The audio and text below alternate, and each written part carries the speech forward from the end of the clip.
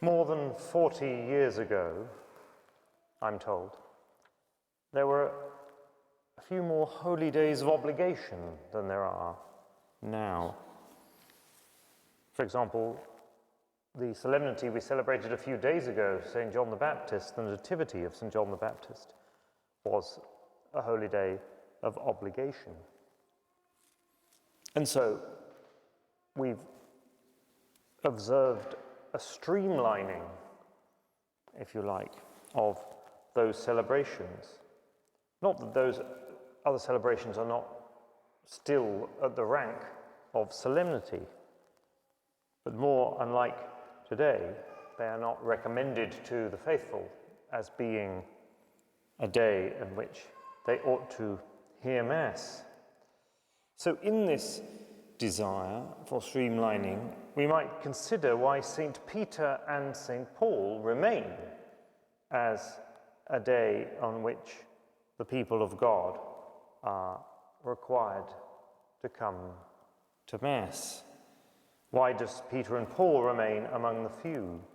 Why are Peter and Paul, those great sinners, people who denied Christ, people who persecuted the Church of God, in their own words?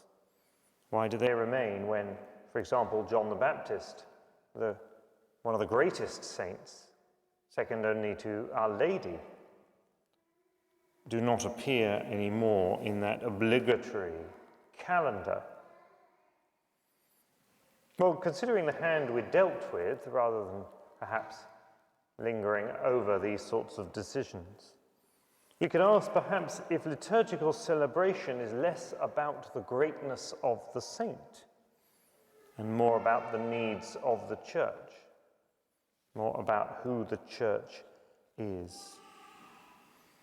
Because St. Peter and St. Paul are foundations of the Church.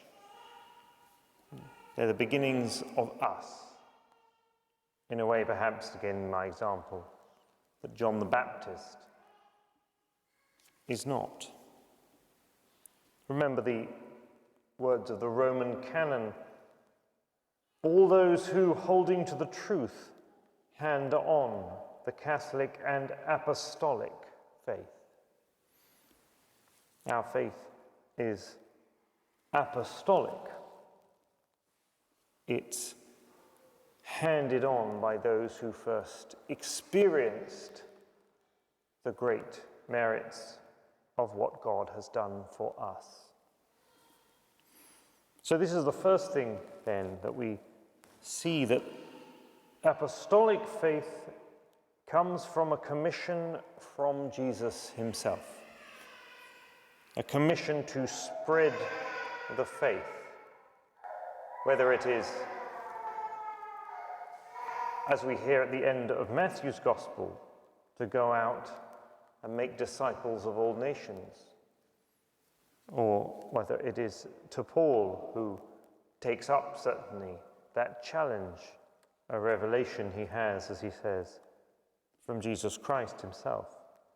So the apostolic faith is a faith that comes from Jesus himself. But secondly, this commission is a resurrection commission. It's one that's given from the risen Lord. You might notice that apart from the psalm, all of our scripture today comes from the New Testament, comes from the light following the resurrection of Christ. And so the apostles, the apostolic faith, is filled with the Spirit to tell people what God has done for us through the experience they have had of the risen Christ. And then thirdly, it's a fatal commission, because the good news is inconvenient to those in power.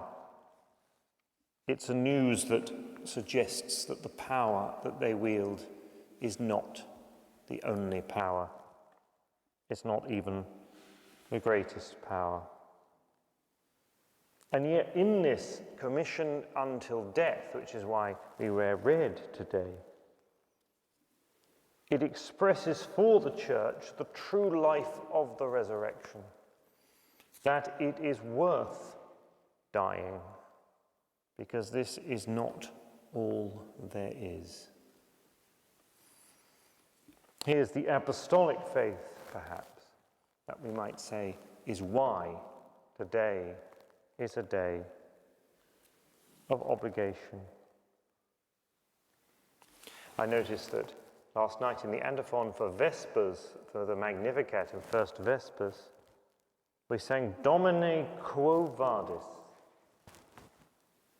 Where are you going, Lord? And that's a story of Peter's frailty in this time of the early church, when the risen Christ was among us in a different way, that Peter perhaps had not come to experience fully or come to understand. And so it was given to him as an opportunity amid the persecution of Nero to flee Rome, to leave the church behind, perhaps found a new church, to have another chance of beginning again.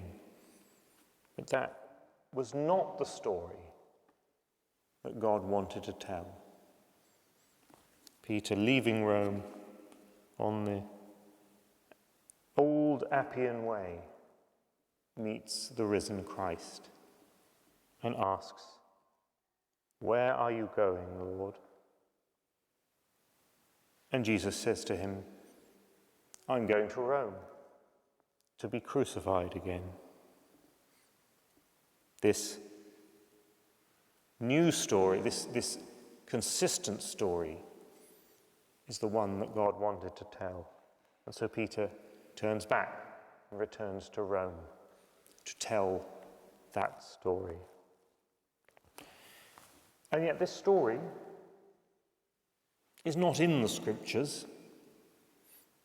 I think it comes to us from another document, but I've never read that document.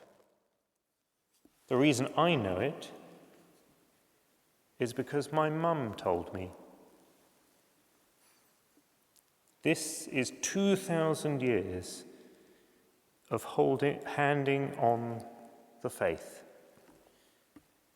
handing on the experience of what God has done for us. And it started with Peter and Paul.